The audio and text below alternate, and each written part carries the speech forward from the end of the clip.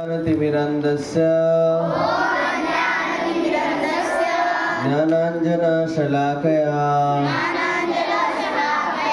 चक्षुरुन्मीलितं येन तस्मै श्रीगुरवे नमः। नमः ॐ विष्णुपादाय कृष्णपृष्ठाय भूतले श्रीमते भक्तिवेदान्त स्वामिन् इति नामिने। नमस्ते सारस्वते देवे गौरवाणी प्रचारिणे निर्विशेष शून्यवादी पाश्चात्य देश तारिणे वंशाकल्पतरुभ्यश्च कृपा सिन्धुभ्य एव च पतितानां पावनेभ्यो वैष्णवेभ्यो नमो नमः। आता सोबत म्हणा, जय श्री कृष्ण चैतन्य प्रभु नित्यानंद श्री अद्वैत गदाधर श्रीवासादि गौरभक्तवृंद। हरे कृष्ण कृष्ण कृष्ण हरे हरे, हरे राम राम राम हरे हरे। मुखं करोति वाचालं पङ्गुं लङ्घयते गिरिं यत्कृपातमहं वन्दे श्रीगुरुं दीनतारिणम्।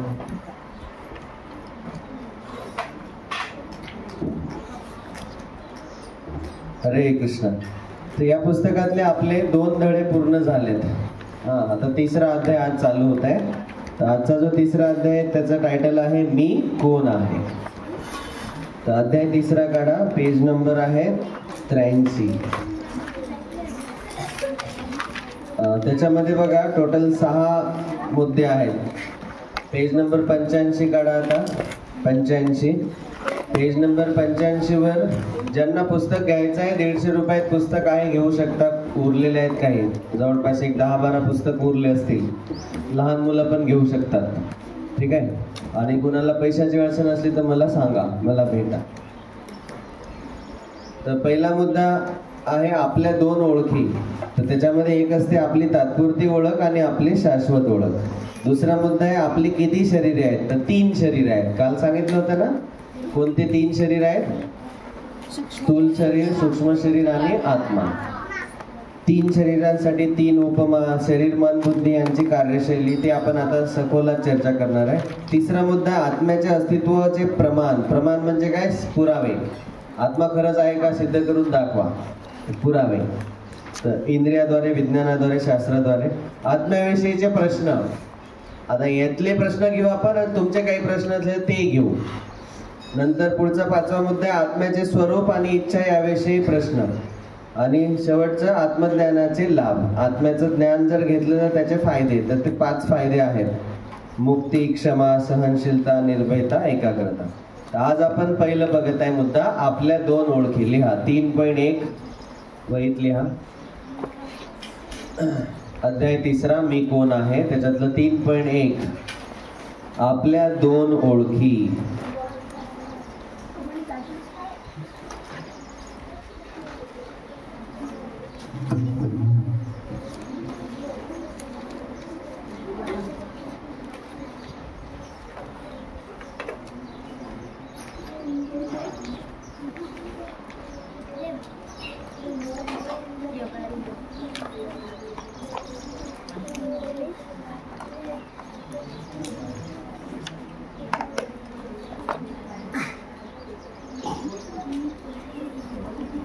त्याच्यात पहिलं लिहा आपली तात्पुरती ओळख।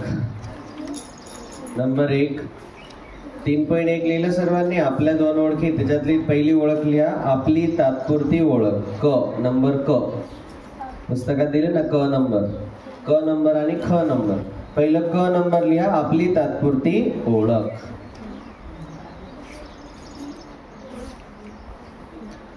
आता कालच्या लेक्चर पर्यंत आपण वैदिक शास्त्रांमधून चर्चा केली की वेद कसे पुराव्यासहित खरे आहेत शब्द प्रमाण। शब्द प्रमाणामध्ये सगळ्यात महत्वाचं काय सांगितलेलं आहे एक वेदांमध्ये की आपण सगळे जीव कोण आहेत, मी कोण आहे याच्याबद्दल सखोलात सांगितलेलं आहे. आता आपण शब्द प्रमाणावर चर्चा करतोय, आपण मनाने नाही सांगत आहे की मी आत्मा आहे म्हणून. हे कुठं सांगितलेलं आहे? हे शब्द प्रमाण शास्त्रामध्ये सांगितलेलं आहे, गीता भागवतामध्ये सांगितलेलं आहे. तर आपली तात्पुरती ओळख बघा, मी तुम्हाला जर प्रश्न विचारला असा की तुम्ही कोण आहात, काय उत्तर असेल तुमचं? आता तुम्हाला माहिती आहे म्हणून तुम्ही काय म्हणत आहे? आत्मा. समजा हे माहिती नसतं तर तुम्हाला विचारलं असतं की तुम्ही कोण आहे, तू कोण आहे? यानं काय सांगितलं? त्याचं नाव सांगितलं, रोहित. रोहित याचा अर्थ काय? तो स्वतःला एक शरीर मानत आहे, रोहित नावाचा मुलगा. ठीक आहे, पण हे शरीर रोहित सोबत किती वर्ष राहील? 60, 70, 80, 90, 100 जास्तीत जास्त, किंवा 150 वर्ष. जेवढं त्याचं आयुष्य असेल तेवढे वर्ष त्याची ती ओळख राहील रोहित म्हणून. त्यानंतर त्याला कोणी रोहित म्हणून ओळखेल का? नाही. समजा मी शरीर सोडलं तर माझा घरात फोटो टांगला जातो, बस झालं.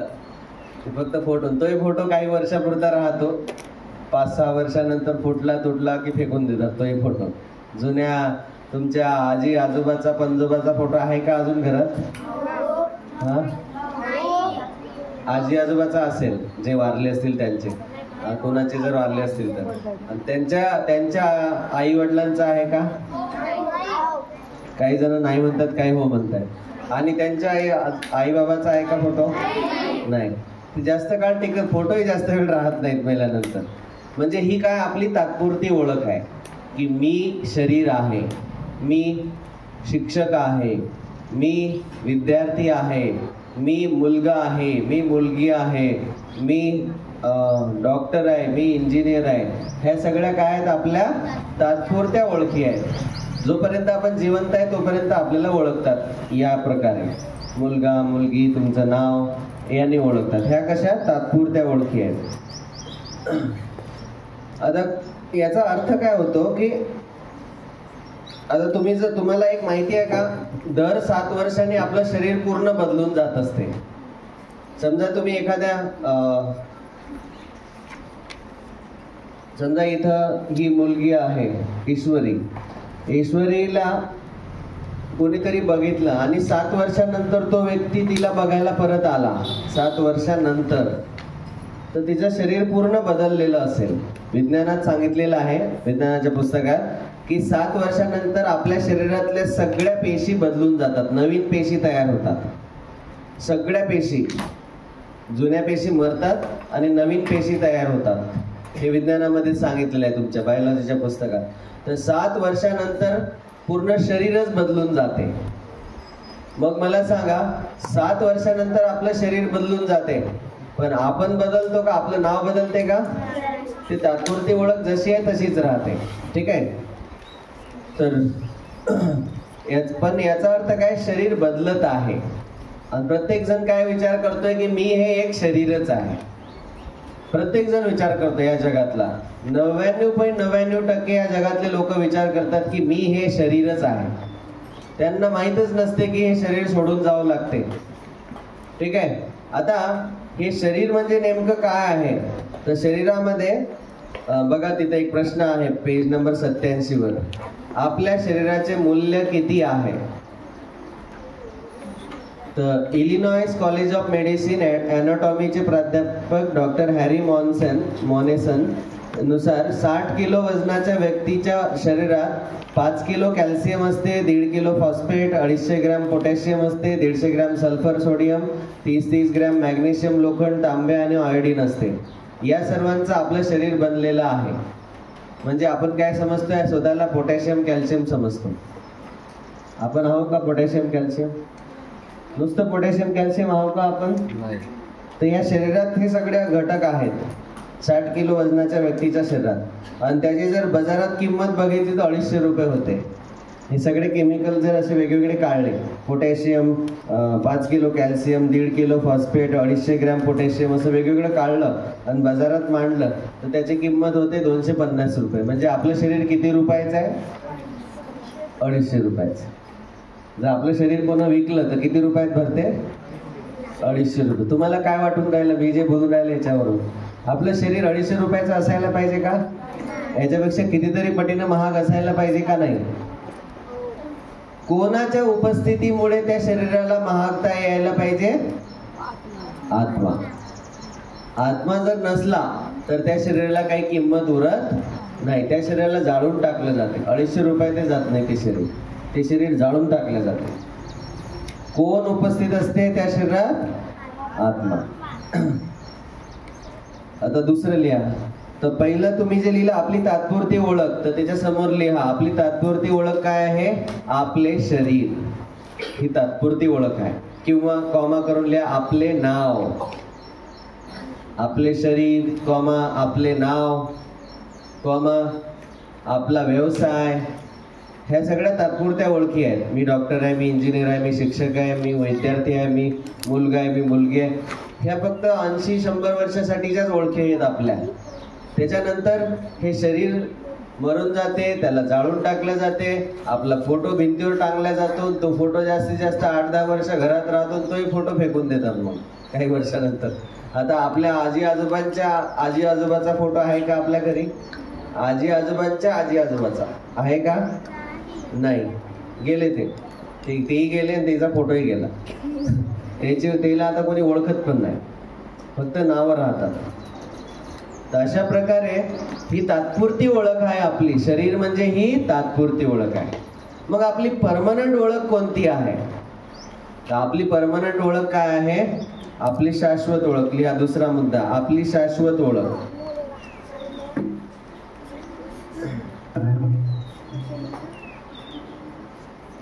आपली शाश्वत ओळख. त्याच्या समोर लिहा आपली शाश्वत ओळख आहे मी आत्मा आहे. मी आत्मा आहे. आपण सर्वजण कोण आहोत? एक आत्मा आहोत. आपण शरीर नाही आहे. हे शरीर फक्त तात्पुरती ओळख आहे. हे शरीर आपल्याला गिफ्ट दिलं गेलं काही काळापुरतं. आता बघा, समजा ऍक्सिडेंट झाला, एका व्यक्तीचा ऍक्सिडेंट झाला उदाहरणार्थ, आणि कारचं समोरचं टायर तुटलं, काच फुटला, आणि जो ड्रायव्हर आहे कारमधला त्यालाही लागलं, आणि समजा तो ड्रायव्हर तुमचा मित्र आहे. मला सांगा, तुम्ही कारला आधी गॅरेज मध्ये घेऊन जाल की तुमच्या मित्राला दवाखान्यात घेऊन जाल आधी? का? शरीर मित्राचा तर 250 रुपयाचं आहे, कार तर 6 लाखाची 7 लाखाची आहे. आधी मित्राला दवाखान्यात घेऊन जाल की कारला गॅरेज मध्ये घेऊन जाल? आधी मित्राला. काय फरक आहे? मित्रालाच का, कारला का नाही? कार तर किती महाग आहे. कारही तुटली आणि त्या मित्राचा ऍक्सिडेंट झाला. हा, हरी बोल. हा, कार मध्ये जीवन नसते, शरीरामध्ये आत्मा. जीवन म्हणजेच आत्मा असतो. हरी बोल. हा, हरी बोल. तुमच्या लक्षात आलं. Very good. तर आत्म्याच्या उपस्थितीमुळे त्या मुलाला, त्या मित्राला जास्त व्हॅल्यू भेटते, जास्त किंमत येते.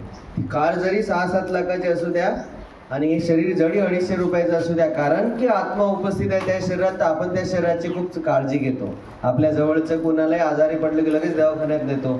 हा, याचा अर्थ काय? आपण प्रयत्न करतो की तो व्यक्ती सुदृढ राहावा, निरोगी राहावा. आपण प्रयत्न करतो. म्हणून याच्यावरून लक्षात येते की आत्म्याच्या उपस्थितीमुळे शरीराची किंमत खूप पटीनं वाढते. आत्मा नसला तर त्या शरीराला कोणी किंमत देत नाही. तुम्हाला माहितीच आहे की त्या शरीराला जाळून टाकले जाते. तर जसं एखाद्या पिंजरा आहे, पिंजऱ्यामध्ये पक्षी असेल तर तुम्ही पक्ष्याला खाऊ घालाल की नुसतं पिंजऱ्याला पेंटिंग कराल? दोन्ही करावं लागते, पिंजऱ्याला पेंटिंग करावं लागते आणि पक्ष्यालाही खाऊ घालावं लागते, दोन्ही पण. तसंच आज आपण सकाळी ते सांगत होतो जप करायच्या आधी की नुसतं शरीराची काळजी घेतली, शरीराला खाऊ घातलं, पण आत्म्याचं अन्न जे हरिनाम जप आहे ते जर आत्म्याला खाऊ नाही घातलं तर काही फायदा होईल का? तो आत्मा परत पुढच्या जन्मात त्याला पुढचा जन्म घ्यावा लागेल आणि जन्म मृत्यूच्या चक्रात तो फसून राहील. आत्मा म्हणजे आपण फसून जाऊ. म्हणून आत्म्याचं अन्न आत्म्याला दररोज खाऊ घालणं अतिशय आवश्यक आहे. तसंच एक गाडी असेल, कार असेल आणि एक ड्रायव्हर असेल, तर एखादी कार समजा तुम्ही एका ठिकाणी उभी केली आणि त्या कारला ड्रायव्हर नाही, तर ती कार स्वतःहून हालचाल करू शकते का? नाही. ड्रायव्हर शिवाय हालचाल करेल का? नाही. तसंच हे जर शरीर आहे, हे शरीर हालचाल करू शकत आहे, याच्यामधला ड्रायव्हर कोण आहे? आत्मा. हा ड्रायव्हर जर निघून गेला तर शरीर हालचाल करू शकते का? नाही. तर माझे आजोबा एकदा जेव्हा शरीर सोडलं त्यांनी, जस्ट माझे घरचे सांगत होते, मी इथं नव्हतो त्यावेळी, मी पुण्याला इंजिनिअरिंग करत होतो. माझ्या आजोबाबद्दल आजी सांगत होती की आजोबा बाथरूमला गेले आणि बाथरूममधून जसे बाहेर पडले तसे गुडघे टेकवले आणि खाली पडले.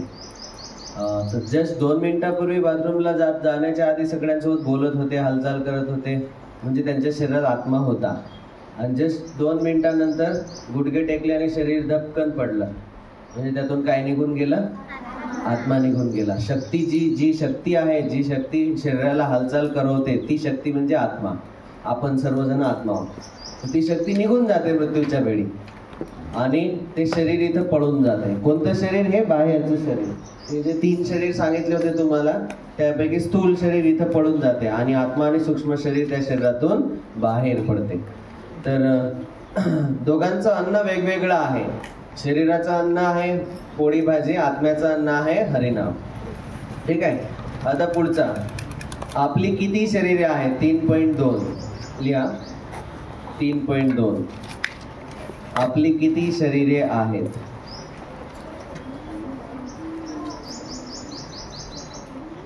कारचं अन्न पेट्रोल असते, ड्रायव्हरचं अन्न जेवण असते. तसंच आपल्या शरीराचं अन्न हे पोळी भाजी वरण भात वगैरे आहे आणि आत्म्याचं अन्न आध्यात्मिक अन्न असते, हरिनामाचा जप. आपली किती शरीरे आहेत? तर आपली किती शरीरे आहेत? 3 शरीरे. तुम्हाला सांगितलं हे ऑलरेडी. आता फास्ट घेतोय मी. पहिलं जे असते ते असते स्थूल शरीर. बघा पुस्तकात 89 पेज नंबर.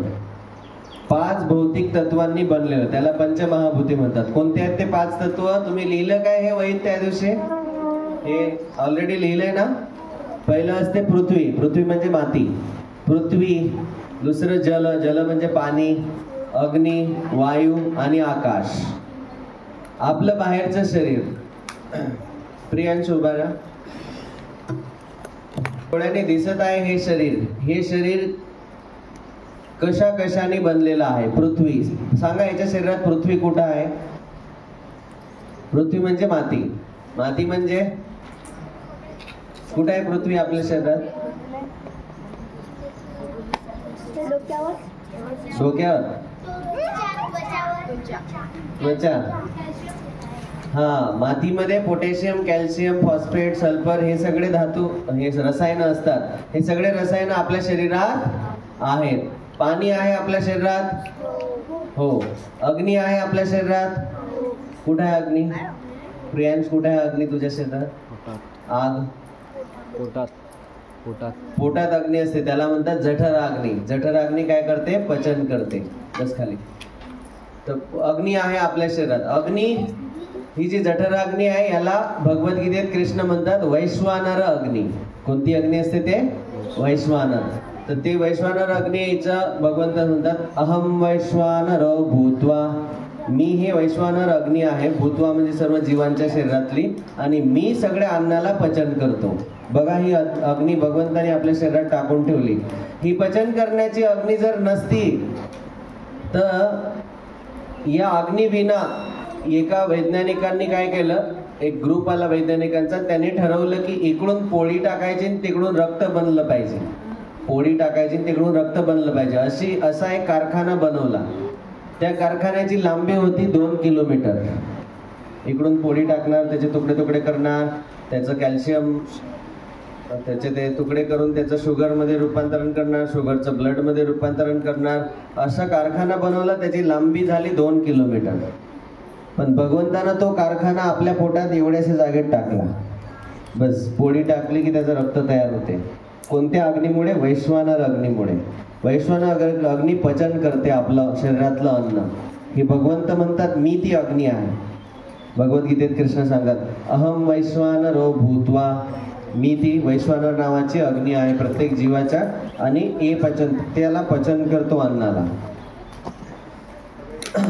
तर भगवंताचे आपण धन्यवाद मानत असतो ना दर प्रत्येक वेळी प्रसाद घेण्याच्या पूर्वी, है ना, महाप्रसादे गोविंदे. तर त्याचं दुसरं कारण हे पण आहे की भगवंता मला काहीच टेन्शन नाही, मी फक्त नुसतं भरतो, मी फक्त नुसतं फटाफट खाण्याचं काम करतो. आपण कधी चिंता करतो का पोटात टाकल्यावर हे पचन की नाही, मले असं काय होईल का? आपण कधी चिंता करतो का? नाही. पोटात टाकून देतो, मस्त पोट सट भरून घेतो, आणि मग ते भगवंत बघून घेतात. वैश्वानर अग्नीच्या रूपात भगवंत आपल्या शरीरात असतात. ते अग्नी बघून घेते, सगळं पचवून टाकते.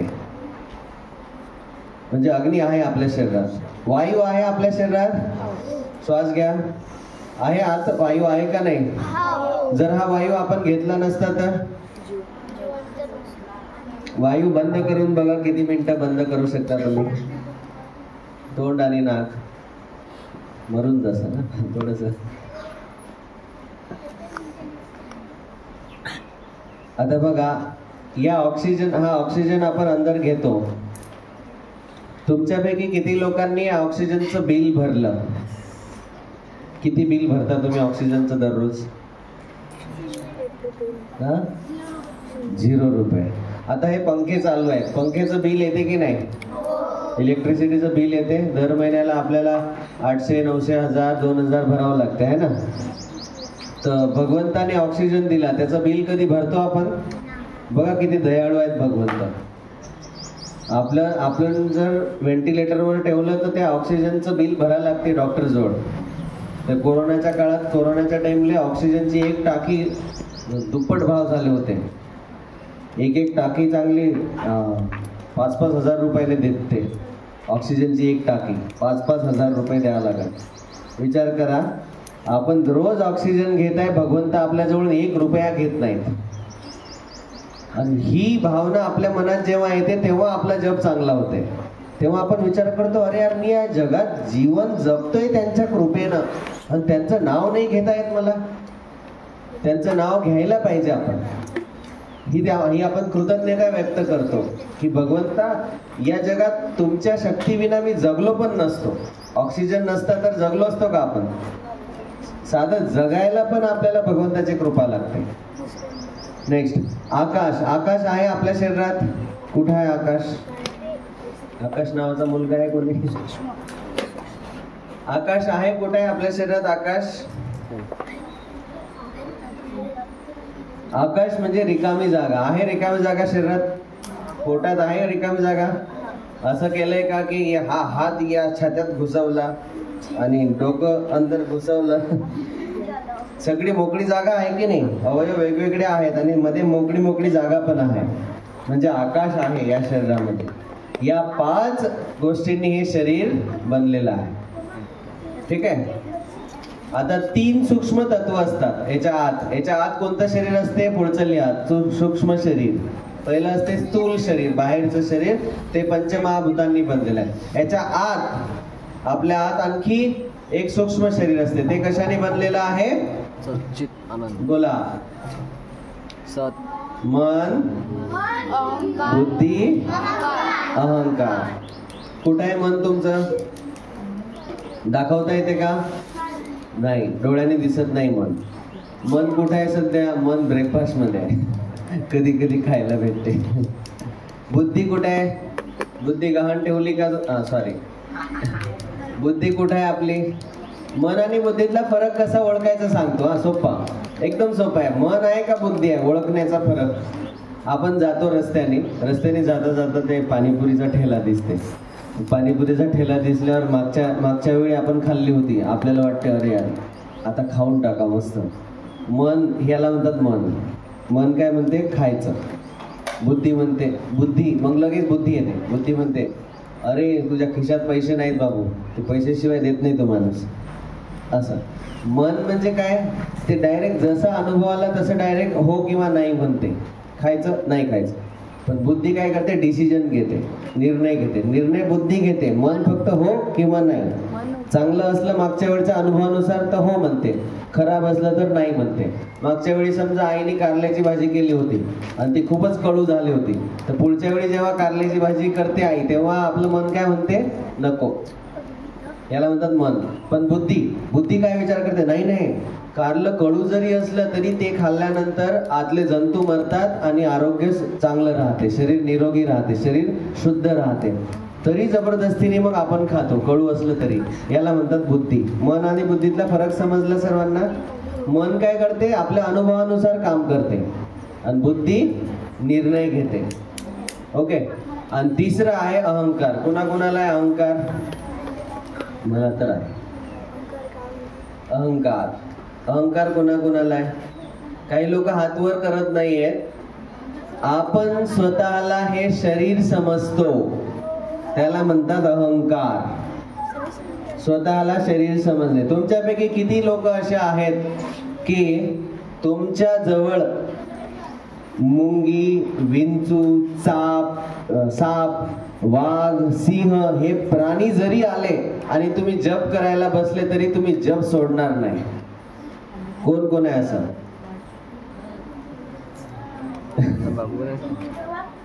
मी काल संध्याकाळीच बघत होतो, एक माकोडा आला, त्या माकोड्याने त्यांचे पूर्ण 15-20 मिनिटं वाया घालवली. ते इकडे लेक्चर चालू आणि ते इकडे माकोड्याला घाबरतात. एक माकोड्याला आपण घाबरतो. आणि हे जे हातवर करणार आहे, तुझ्याजवळ वाघ आला तर तू जप करशील? हा, विंचू चावला तर जप करशील? साप आला तर? तो हो म्हणून राहिला. याच्यासाठी हरी बोल म्हणा. हरी बोल. दृढ निश्चय पाहिजे भक्ताचा. याचा अर्थ आपण स्वतःला शरीर समजतो. जर आपण डिस्टर्ब होत असू तर समजून चला आपण स्वतःला काय समजतो? मी हे शरीर आहे. जो व्यक्ती स्वतःला शरीर समजत नाही ना, त्याला काहीच डिस्टर्बन्स होत नाही. त्याला कधी, जसं याच्यासाठी उदाहरण दिलं जाते हरिदास ठाकूर यांचं. नामाचार्य श्री हरिदास ठाकूरांना ते मुस्लिम धर्मात जन्माला आले, पण ते हरे कृष्ण मंत्राचा जप करत होते. मुस्लिम असूनही ते हरे कृष्ण मंत्राचा जप करत होते.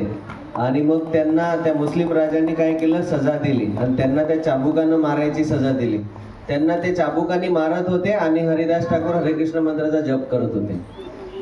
शेवटी ते चाबूक मारणाऱ्यांनी 22 ठिकाणी, 22 वेगवेगळ्या बाजारपेठा होत्या त्या गावात, बाजारपेठेत 22 ठिकाणी मारलं हरिदास ठाकूरले. ते चाबूक असा बनलेला होता की 4 चाबुकात माणूस मरून जाईल, इतका खतरनाक. त्याला असे काटे असतात त्याचे, खिळ्याचे, आणि त्या चाबुकाने त्यांना मारलं. त्यांना काहीच झालं, ते नुसतं हरिनामाचा जप करत होते हरिदास ठाकूर. हरे कृष्ण कृष्ण कृष्ण हरे हरे, हरे राम राम राम हरे हरे. आणि शेवटी ते मारणारे थकले आणि मारणाऱ्याने हरिदास ठाकूरले म्हटलं, ओ हरिदास ठाकूर, तुम्ही आत्मस्तरावर आहात, तुम्ही स्वतःला शरीर समजतच नाही, तुम्ही भगवंताचे महान भक्त आहात. तुम्हाला आम्ही किती मारण्याचा प्रयत्न केला तरी तुमचा हरिनाम जप सुटत नाही. पण आम्ही जर तुम्हाला मारलं नाही तर आमचा राजा आम्हाला मारून टाकेल, तर कमीत कमी आमच्यावर दया करा. हरिदास ठाकूरांनी मग काय म्हटलं, ठीक आहे, तुम्ही चिंता करू नका, तुम्ही जा. आणि हरिदास ठाकूरांनी असा श्वास रोखला आणि त्यांनी म्हटलं की तुम्ही माझं शरीर, मी श्वास रोखल्यानंतर माझं शरीर गंगेत टाकून द्या. त्यांनी श्वास रोखून धरला आणि त्यांनी सगळ्यांनी, त्या मारणाऱ्यांनी, चाबूक मारणाऱ्यांनी हरिदास ठाकूरांचं शरीर उचललं आणि गंगेत फेकून दिलं. गंगेत तरंगत तरंगत ते शरीर गेलं दुसऱ्या काठावर. तिकडल्या काठावर हरिदास ठाकूरांनी श्वास काढला आणि उभे राहिले. पुढच्या गावात हरे कृष्ण मंत्राचा प्रचार चालू केला. उभे राहिले, चालू प्रचार. बघा, असे याला म्हणतात आत्मस्तरावरचे भक्त, ज्यांना चाबुकाने मारलं तरी त्यांचा हरे कृष्ण मंत्र जप सुटत नाही. आपल्याला तरी एक मच्छर, एक फकडी, याचा अर्थ आपण अजूनही शरीर स्तरावरच आहे. स्वतःला आपण आत्मस्तरावर पोहोचलो नाही. ठीक आहे. तर अहंकार म्हणजे काय? स्वतःला शरीर समजणे, स्वतःला शरीर समजणे. आणि तिसरं लिहा आत्मा. आत्मा म्हणजे आध्यात्मिक शरीर, आपण स्वतः. तर आध्यात्मिक शरीर कोणत्या तीन गोष्टी, हा हे सांगायचं राहून गेलं होतं मागच्या लेक्चर मध्ये. आत्मा कशाचा बनलेला आहे? हा, सच्चित आनंद. सच्चित आनंद. Very good. सत चित आनंद, हे पुस्तकात पण दिलेलं आहे. सत चित आनंद. आत्मा कशाचा बनलेला आहे? हा, सत चित आनंद. लिहून घ्या. आत्म्याचे तीन कंटेंट असतात. सत चित आनंद. सत म्हणजे शाश्वत, अमर, कधी मरत नाही आत्मा. लिहा, सत म्हणजे अमर. सत म्हणजे आत्मा कसा असतो? अमर असतो, कधी मरत नाही, शाश्वत असतो. दुसरं चित. चित म्हणजे ज्ञान, चेतना, जाणीव. चित म्हणजे ज्ञान. चित, चित म्हणजे ज्ञान. आत्म्याला संपूर्ण ज्ञान असते. आणि तिसरं आनंद. आनंदाचा अर्थ माहिती आहे तुम्हाला? आनंद म्हणजे आनंद. आता काही काही लोकांना काय वाटते, ठीक आहे प्रभूजीने सांगितलं म्हणून आम्ही शरीर नाही, पण काही काही लोकांना काय वाटते, नाही नाही, मी माझं मन आहे, मी माझे विचार आहेत, माझ्या मनानुसार मी वागेन. समजून चालायचं तुम्ही स्वतःला सूक्ष्म शरीर समजत आहात. आपण सूक्ष्म शरीर पण नाही, आपण स्थूल शरीर पण नाही, आपण सूक्ष्म शरीर पण नाही. आपण काय आहे? आत्मा आहे. आपलं सगळ्यात जास्त शक्ती या जगात आपल्या मनासोबत खेळण्यातच जाते. माझ्या मनाला आवडते म्हणून मी करतो, माझ्या मनाला आवडत नाही म्हणून मी करत नाही.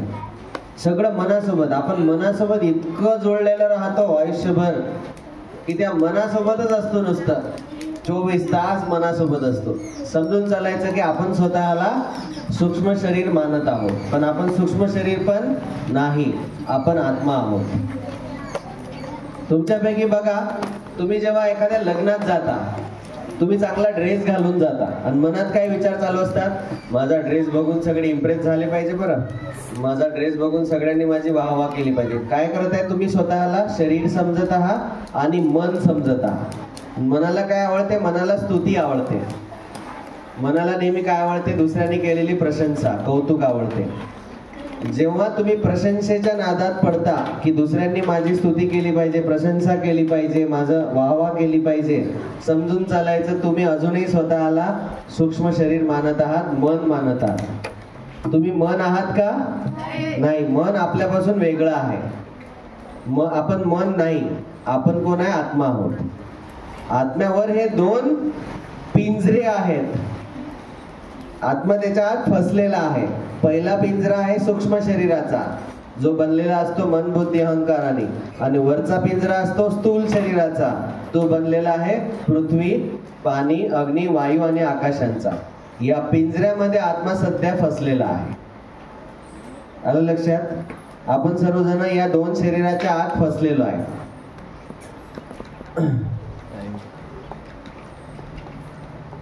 तर आता इथून पुढचं जे आहे ते आपण संध्याकाळी बघू. समजलं? प्रकट झाले भगवंत, हे अवतार घेतात किंवा प्रकट होतात, आपण जन्म घेतो. दोघांमध्ये खूप फरक आहे, जमीन आसमानचा फरक आहे. कालच आम्ही अनंत शेष प्रभूंचं लेक्चर ऐकत होतो हरे कृष्णा टीव्हीवर, आणि प्रभूजींनी हेच सांगितलं. काल हरे कृष्णा टीव्हीच्या चॅनलवर आम्ही अनंत शेष प्रभूंचं लेक्चर ऐकत होतो. प्रभूजी हे सांगत होते की आपलं खाली बसा, आपण जन्म घेतो, भगवान अवतार घेतात, कृष्ण अवतार घेतात. बघा, आपण जन्म घेतो तेव्हा आपल्याला आणि आपल्या आईला खूप त्रास होतो, पण भगवंताच्या आई बाबाला त्रास होत नाही. भगवंत डायरेक्ट प्रकट होतात. कृष्ण जेव्हा प्रकट झाले, कुठं प्रकट झाले? जेलमध्ये. तर सगळ्यात आधी भगवंत जे वसुदेव आहे त्यांच्या हृदयात प्रवेश करतात. वसुदेवाच्या हृदयातून देवकीच्या हृदयात प्रवेश करतात. देवकीच्या हृदयातून देवकीच्या गर्भात प्रवेश करतात आणि डायरेक्ट बाहेर प्रकट होतात. आणि त्यांच्या लहान मुलगा जन्माला आला की तो रडतो. कृष्ण हसत होते. लहान मुलगा जन्माला आला की त्याच्या अंगावर काहीच कपडे नसतात. कृष्णाच्या अंगावर पितांबर होतं. हा, आणि नंतर कानात कुंडल होते, गळ्यात वेगवेगळे हार घातलेले होते आणि हसत होते. लहान मुलगा, त्याच्या अंगावर कपडे नसतात, सोन्याचे दागिने नसतात, काहीच नसते. बघा, अवतार आणि जन्म, आपला जन्म होतो. लहान मुलं आई वडील ठरवू शकत नाही. तो असं नाही म्हणू शकत की मला की नाही या आई वडिलाच्या घरी जन्म घ्यायचा आहे. नाही, त्याच्या कर्मानुसार त्याला ज्या घरी जन्म दिला त्याच घरी जबरदस्तीने जन्म घ्यावा लागतो. भगवंत त्यांचे आई वडील ठरवतात. त्यांची इच्छा झाली आज वसुदेव देवकीच्या घरी मला अवतार घ्यायचा, तिथं अवतार घेणार. ते ठरवून येतात स्वतः मनाने, त्यांच्या इच्छेने ते अवतार घेतात. जन्म आपल्याला जबरदस्तीने घ्यावा लागतो. जेव्हा आपण हा फरक बघतो तेव्हा लक्षात येते की भगवंत कसे प्रकट होतात. आलं लक्षात? हरे कृष्ण. आणखी काय? शरीर गेल्यावर आत्मा कुठं जातो? संध्याकाळचा प्रश्न आताच विचारून घेतलाय. संध्याकाळी आपण याच्यावर डीप मध्ये चर्चा करणार आहे. कुठं जातो आत्मा? आत्म्याला जायला खूप सारे ऑप्शन आहेत. तर ते सगळे आपल्या कर्म आणि आपल्या इच्छेवर अवलंबून असतात. कशावर? आपले कर्म आणि आपल्या इच्छा. आता बघा, मृत्यूच्या वेळी जी इच्छा प्रबळ असते त्या इच्छेनुसार त्या ठिकाणी आत्मा जातो. समजा उदाहरणार्थ एक उदाहरण देतो. कर्म आणि इच्छा. एखादा व्यक्ती आहे, त्यानं आयुष्यभर पापच केलं, पूर्ण पापच केलं, पापी आहे, आणि मरायच्या वेळी त्याने इच्छा केली की मला श्रीमंताच्या घरी जन्म घ्यायचा आहे, मला श्रीमंत माणसाच्या घरी, पैशावाल्याच्या घरी जन्म पाहिजे. तीव्र इच्छा होती त्याच्या मनात मरायच्या वेळी. पण त्यानं कर्म कसे केले? खूप पाप कर्म केले. मनात इच्छा कोणती आहे? श्रीमंताच्या घरी जन्म पाहिजे. तर पाप कर्मामुळे त्याला श्रीमंताच्या घरी उंदीराचा जन्म भेटतो. श्रीमंताच्या घरात राहून उंदीर. समजलं? तर आपल्या कर्म आणि इच्छानुसार पुढचा जन्म भेटत असतो. कर्म जर चांगले असतील तर चांगल्या योनीत जन्म भेटतो. 84 लाख योनी असतात. ते संध्याकाळी मी श्लोक सांगणार आहे, तो पाठ करायचा आहे. जलजा 9 लक्ष, आणि पाण्यामध्ये 9 लक्ष प्रकारचे योनी आहेत. 9 लक्ष प्रकारचे योनी. स्थावर लक्ष विंशती, हे झाडं झुडपं जे आहे ते 20 लाख प्रकारचे आहेत. असे 84 लाख असतात. 9 लाख पाण्यात, 20 लाख जमिनीवर. जलजा 9 लक्ष आणि स्थावर लक्ष विंशती. रुद्रसंख्यक, हे जे कीटक, सरपटणारे साप वगैरे, विंचू, हे जे आहेत हे कृमक, कृमी जे असतात हे 11 लक्ष योनी आहेत. यांच्या 11 लक्ष योनी आहेत. अशा प्रकारे 4 लक्ष ह्या माणसांच्या योनी असतात. माणसाच्या योनी किती आहेत? 4 लाख. 4 लाख प्रकारचे माणसं असतात. योनीचा अर्थतंत्र सांगेल की योनी म्हणजे त्यांच्या चेतनेनुसार, भावनेनुसार. तर मग तुमच्या कर्म आणि इच्छा कोणासोबत मॅच होतात तो जन्म पुढचा भेटते. समजा एखाद्या व्यक्तीचे कर्म हे, जसं काल मी सांगितले खूप सारे उदाहरणं, की त्या आत्म्याला आणि सूक्ष्म शरीराला बाहेर पडल्यावर त्या पुढच्या शरीरात जावं लागते त्याच्या कर्म आणि इच्छानुसार. जर त्याने आयुष्यभर त्या आत्म्या आणि सूक्ष्म शरीरांनी या माणसाच्या शरीरात राहून समजा नुसतं झोपा काढला तर त्याला पुढचा जन्म कोणाचा भेटेल? अस्वलाचा. समजा नुसतं मांसाहार केला, पुढचा जन्म कोणता भेटेल? वाघ. समजा त्याने भक्ती केली आणि त्याची भक्ती 100% पूर्ण नाही झाली तर पुढचा जन्म कुठं भेटतो? श्रीमंताच्या घरी किंवा साधूच्या घरी, वैष्णवांच्या घरी, भक्तांच्या घरी. आलं लक्षात? तर असा प्रकार. शरीर सोडल्यावर आत्मा त्याच्या कर्म आणि इच्छानुसार जातो.